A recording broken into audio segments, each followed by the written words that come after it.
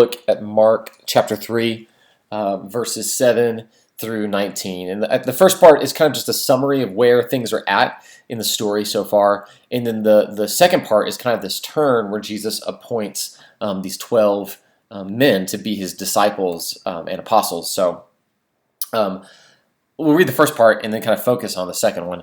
It says in verse 7 that Jesus withdrew with his disciples to the lake, and a large crowd from Galilee followed. When they heard about all he was doing, many people came to him from Judea, Jerusalem, Idumea, and the regions across the Jordan and around Tyre and Sidon. Because of the crowd, he told his disciples to have a small boat ready for him, to keep the people from crowding him. For he had healed many, so that those with diseases were pushing forward to touch him. Whenever the impure spirits saw him, they fell down before him and cried out, "You are the Son of God."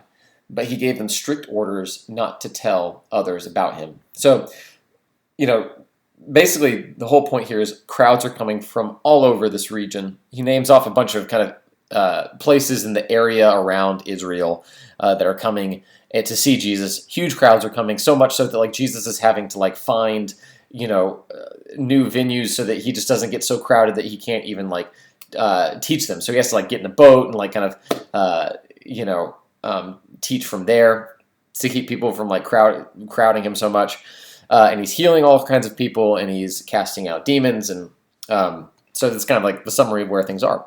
But then in verse 13 kind of is the thing I want to focus on today, what happens. So it says, Jesus went up on a mountainside and called to him those he wanted, and they came to him.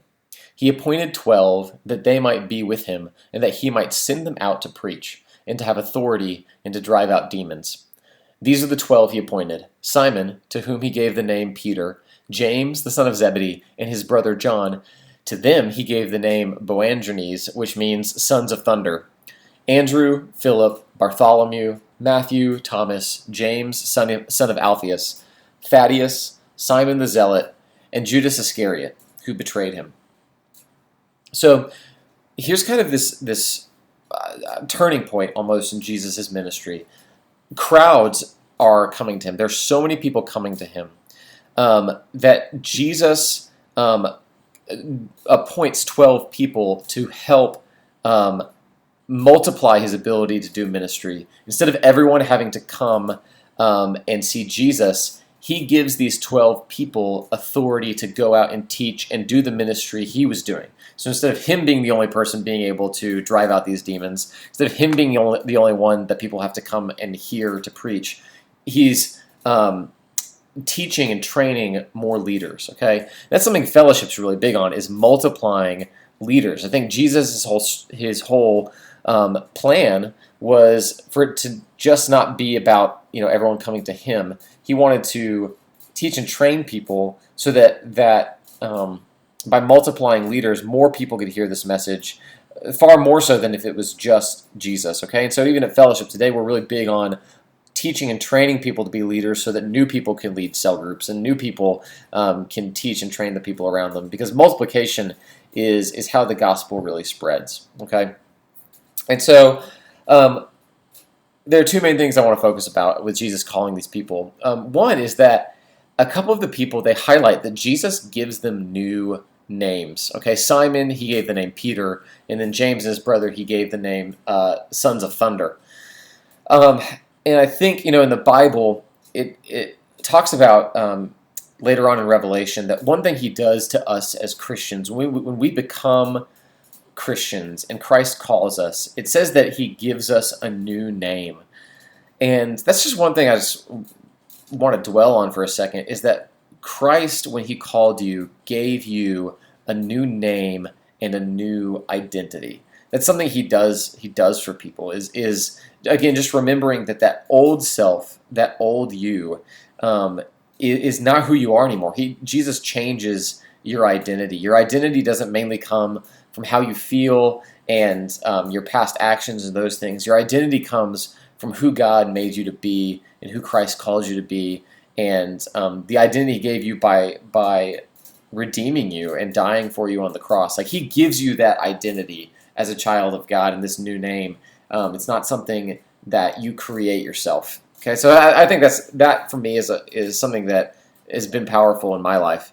But then the second thing I just want to point out is Jesus's whole uh, idea. What he does with these men is he says he calls them in verse 14 that they might be with him and that he might send them out. It's almost like two opposite things. He's calling them to be with him, and he's calling to send them away from him to preach. And I think these are two important steps you see in discipleship. Is that Jesus is going to take the next several chapters to have these 12 people be with him closely. They're going to watch what he does. They're going to observe what Jesus is doing. They're going to hear his teaching. They're going to watch how he loves and interacts with people so that he can then, once they've sort of been transformed through that being with Jesus, he can then send them out to preach and do the ministry. I think for us, that's a really important thing. What does it look like in our lives to be transformed and to become disciples? It's first, we are with Jesus. We actually spend time with him. We spend time with him in prayer. We spend time reading his word. We spend time getting to know him. We spend time, joining with the church and the body of Christ, other believers, learning about Christ and growing and maturing in our faith so that we can then go out and do the same thing. We can be sent out to preach. If we don't ever really spend that time being transformed by Jesus, we're never going to really be able to go out and do the ministry he's called us to. And similarly, he doesn't just ask us to spend time with him just, so we can stay isolated from the people around us and ignore ministry. The reason he calls us to come to cell group and to read the word and to be transformed, it's not just for our own personal benefit. It's so that he can send us out to reach the world. And so both of those things go together. There's this idea of spending time with Christ so that we can then pour out into other people. Those are both really important things. I just wonder in your own life, right now, do you feel like do you feel like you've spent that time with Christ to be transformed? If you feel like, man, that's not really happening, I would just encourage you, man, spend time with Christ in his word and in prayer.